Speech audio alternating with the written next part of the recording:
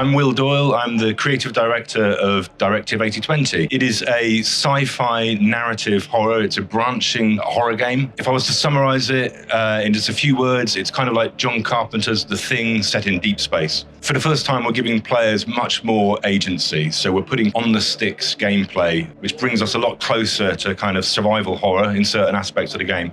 Of course, you've got all the things that you love about the Dark Pictures and about Supermassive Games narrative games. You still have all of the choices and character dynamics that you've had before, but now we put you up against deadly kind of real-time threats as well. But the game itself is kind of structured in the same way that our previous games have been, that there's a lot of care into the pacing of it, getting the kind of cinematic feel to it. So it's not all the time running and hiding. These moments are quite clearly kind of signposted when they're coming. We've kind of completely rebuilt the way the game is controlled from the ground up. Your character can now move around on the left stick, strafing, crouching, running with full right stick camera control, much more like, other kind of best-in-class action-adventure games. And you'll be confronted with real-time threats, so monsters that can prowl around, they can hear you, they can see you, chase after you, ultimately kill you.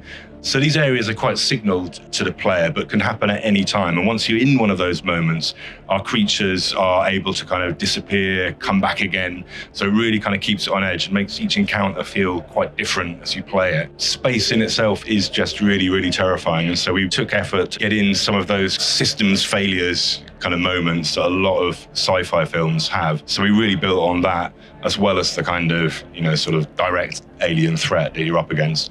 We had a lot of fun designing our spaceship to create a kind of really intimidating, claustrophobic environment. And the creature itself, obviously we're taking inspiration from John Carpenter's The Thing, but it is its own unique entity. It's a creature that can kind of change its form. It can infiltrate your crew and behave as you, but then when it's exposed, it can turn into a really nasty form, which is just trying to kill you. We were really, really lucky to have Lashana Lynch on board playing the character of Young. And there is a kind of sort of dynamic that plays out between her and one of the other characters, the ship's captain, who's called Stafford. And there's a lot of kind of like nice moments between those that really, really develop the character between them.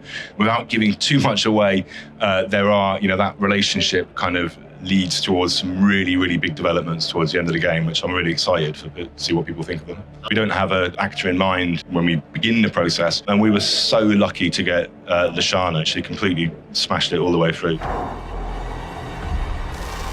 We're really seeing, as we show the software to people, we're seeing people's eyes light up. They sit up at that moment where they're like, okay, this isn't just another story from the Dark Pictures. This is something different. It's a big step forward.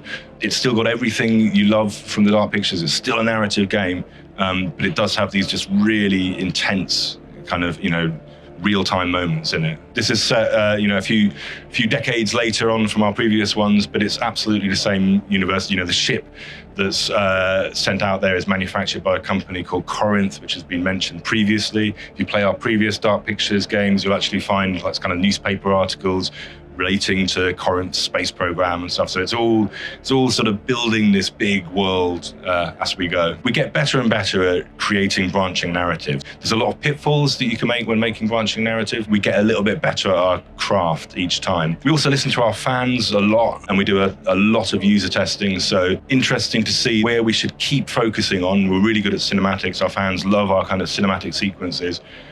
We keep that, but where we start to move towards more kind of active gameplay is really, really interesting. That has been pushed by quite a lot of fan input there. Directive 8020 is coming to PC and consoles next year, so go out and wishlist it now.